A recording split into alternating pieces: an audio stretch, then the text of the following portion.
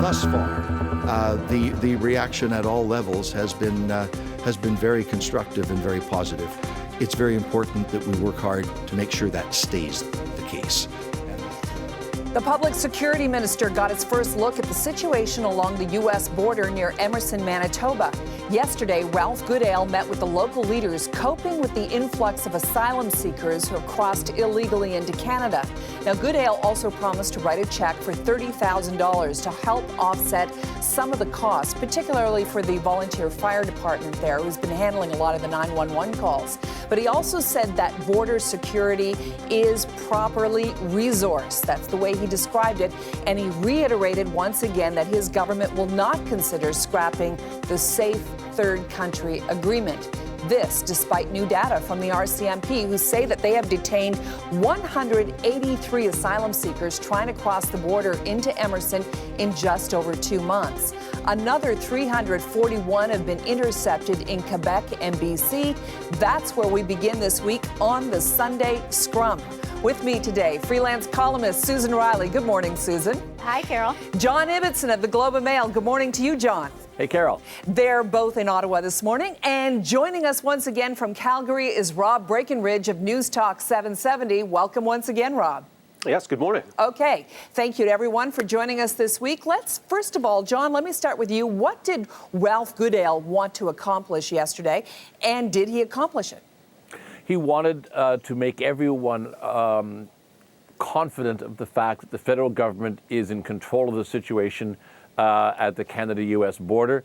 And yes, I think he accomplished that quite successfully. The important thing here is what people on the ground are saying. It's not for pundits in Ottawa to declare whether the federal government is acting appropriately or inappropriately. What matters is the people in Emerson, Manitoba, who are receiving the influx of these refugee claimants, are confident that they're receiving the resources that they need, that the financing is there for things like the volunteer fire department, that the RCMP and Border Security have reallocated resources to the area sufficient to meet the demand, which is, at the end of the day, manageable. We're talking about, a couple hundred thus far, and that everything is being taken care of. The Conservatives, some of them at least, are saying the RCMP should be more aggressive in arresting people who cross the border. But again, it's not for us to second-guess the RCMP. Yeah. I think the most important thing that we could be doing right now is working with the Americans in Minnesota and elsewhere to get the message out to, say, Somali Americans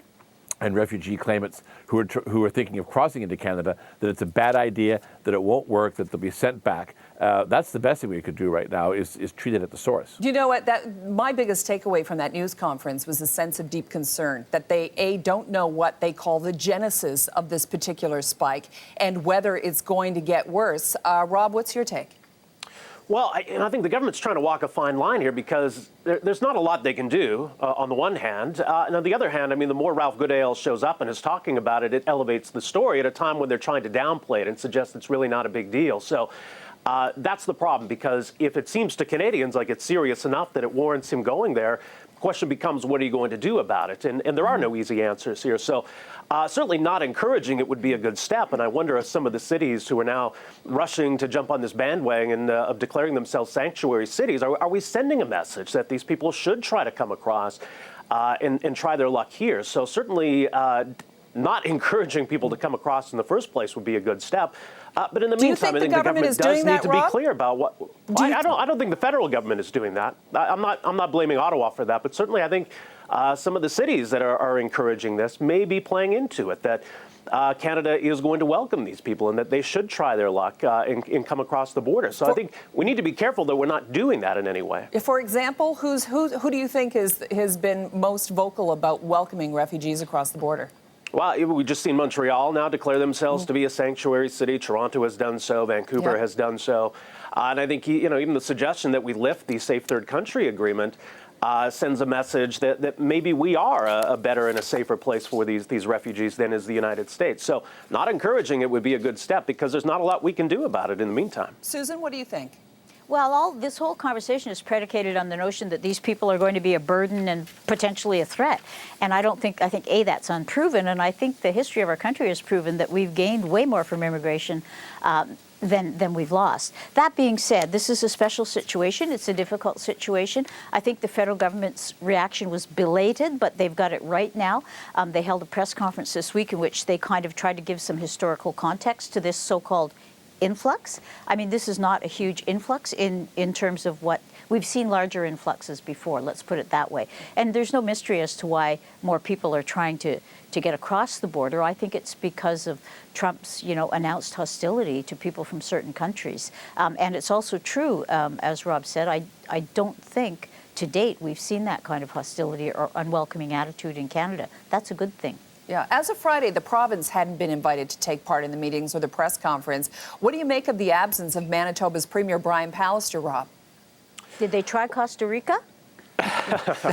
Well, I think, look, there's frustration at the local level there. There's frustration at the provincial level that are we being ignored here? Because, even if in the long run, the refugees coming here are not a burden, there's an immediate short-term cost to deal with it. I mean, you even saw the announcement yesterday of $30,000 for the community. That's a small amount. But look, there is a cost in the short term in dealing with this. And I think the government needs to be upfront about that. That if we're going to do this and we're going to welcome these people, we're going to process them, there is a cost. Now, you could probably reasonably point out that any other solution here is probably going to cost more. If we're going to string a wall of border officers across the border, well, that's probably going to cost more. So I think we need to have all of that on the table and have that kind of a conversation. Yeah, but the thing here is let's not overreact. Canada is going to bring in about 300,000 immigrants this year. Of those 300,000, about 30,000 are going to be refugees. The rest will be economic class and family class. So we're talking about a few hundred immigrants crossing, or refugee claimants crossing the border illegally. It's a bad idea. It brings into question the legitimacy of the system. People who are abiding by the rules feel that these people are queue jumpers. They should be discouraged, and people in the United States who are thinking of following them should be discouraged. But we can handle this. This is very much within the capacity of the system. So I don't think we should exaggerate the magnitude of the threat here. It's not actually nearly as bad. In fact, it's not nearly as bad as it looked as though it might be just a couple of weeks ago. Yeah, I totally agree with John on that. That was very succinct and well put, John. I couldn't agree with you more. But I do think the thing that irritates Canadians is this notion that people are queue jumping. That, because you're going to be turned away if you go to a regular border post, because we consider the United States not an unsafe place to return people to. So many people are forced to use this, or they're choosing to use this illegal route. Canadians don't like that. Well, I mean, people don't like that. But the government, unfortunately, is kind of caught in a bind here because of the UN Convention on Refugees. You can't turn people back at the border. You have to accept them, then you arrest them and you start processing them. And as John says, most of them may end up going back. But still, it is something that nobody seems to be able to solve. And I can understand why it rankles with people. Okay, the whole idea of immigration and people coming in the country is very much top of mind right now, and especially what we saw in Montreal and Toronto yesterday. The issues of pluralism, free speech, all burned brightly yesterday in cities across Canada. There were several dueling rallies over a motion on Islamophobia. M103, Motion 103, calls on the government's parliamentary motion calling on the government to, quote, condemn Islamophobia and all forms of systemic racism and religious discrimination.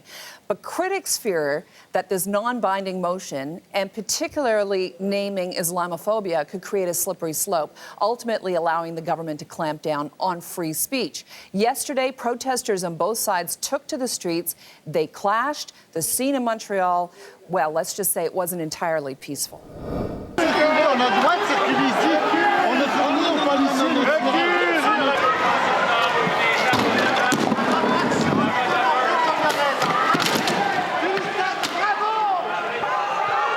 Susan, what do you make of what we saw yesterday in this country? I think the crowds were pretty small.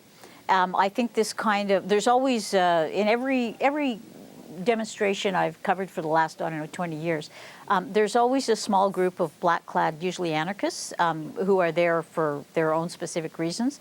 I don't think it's an indication of anything, quite frankly, although it was bitterly cold around in this part of the world yesterday, and I guess the fact that that many people turned out is notable. But I think the issue, I think I could be wrong about this, but I think the sting has gone out of that issue. I think the debate's over, and I think everybody else has turned the page. Rob, what do you think?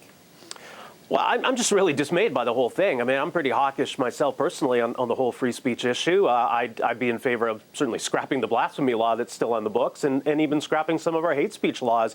But I don't see anything here. I think my alarm would be going off if the government actually were trying to infringe on freedom of speech. So what should have been a relatively simple motion, a simple and quick debate, has morphed into something unrecognizable. And I think maybe both sides need to just take a deep breath and take a step back here, because it's become ugly, it's become over-politicized, and it was just totally unnecessary. Why do you think it got that way? What do you think was the catalyst for that? Well, I think in part there were groups or individuals looking to exploit this issue. At the same time, I think people don't fully understand what the word Islamophobia is supposed to mean. That it's been used a lot. Like when publications ran the Danish Muhammad cartoons, we heard that word. So is it simply to mean anti-Muslim discrimination? Does it mean something more? I think there's a lack of understanding around the word and how it's used and what it's supposed to mean. And maybe the government could have been more clear in what it was that they were trying to do. But again, I don't see anything sinister here in what they were trying to do. But I think there was that uncertainty around what seems like a politically loaded word. Even it does. Even former Justice Minister, Liberal Justice Minister Irwin Cotler said they could have used something like anti-Muslim bigotry rather than the word Islamophobia, because some people do take it to mean that you can't criticize Islam. John, do you think that's a legitimate conversation to have? And what do you think is the genesis of these clashes that we're seeing? Seems to be the word of the week, genesis, of the clashes that we're seeing on the streets in Canada. Well, there are two different things going on here. One, I suspect that some people inside the Prime Minister's office in the Liberal Party thought that this was a good way to embarrass the Conservatives. They're going through a leadership convention right now. There is a small element within the Conservative movement that is resistant to immigration. This would be a great way to make the Conservatives look like bigots and to hive off votes from immigrant Canadians and secure them for the Liberal Party. And some of the Conservatives fell for the bait. But then genuinely concerned people like Irwin Cotler and others said, this is a badly worded motion and we're politicizing something that we should be very careful about. And yes, look what it's led to. The fact remains that there are people in Canada who oppose our policies of immigration and multiculturalism. It goes all the way back to Pierre Trudeau in the 1960s and 70s. It's still there today. It's a false concern. As I said earlier, we bring in 300,000 people a year. The top intake countries are countries like the Philippines, China, India, none of which are majority Muslim countries at all. The number of, even if you were concerned about Muslim immigration and Sharia law and all that stuff, you would be completely wrong to be concerned, because in fact we bring in relatively few immigrants from that part of the world. So it is a case of politicizing what should be a marginal non-issue, and both sides, Liberals and Conservatives, have a share of the blame. Okay. I go think ahead, the Susan. genesis, to use your word, I think, the United States has got a bad case of pneumonia right now, and we're getting the sniffles. And I think it's as easy. I think it's the Trump clamp down, the travel ban, whatever. Apparently, the new one is coming out tomorrow, by the way, whatever you want to call it, that has set these waves in motion across the border. I don't think it's a real issue, and I think it will vanish. I don't, well, okay, so I talked to 3 Muslim Canadians yesterday, 2 who went to Concordia University when the bomb threat was issued, a man who had urine thrown at him when he was trying to promote the Koran, or his understanding of the Koran at the St. Lawrence Market in Toronto. They feel like, as Muslim Canadians, that they are being targeted politically, their football, physically, they're being targeted, especially after what happened in Quebec City. So are we stepping around the issue of what this is really about? Is this about a fear of Islam in parts of this country? Rob, what do you think?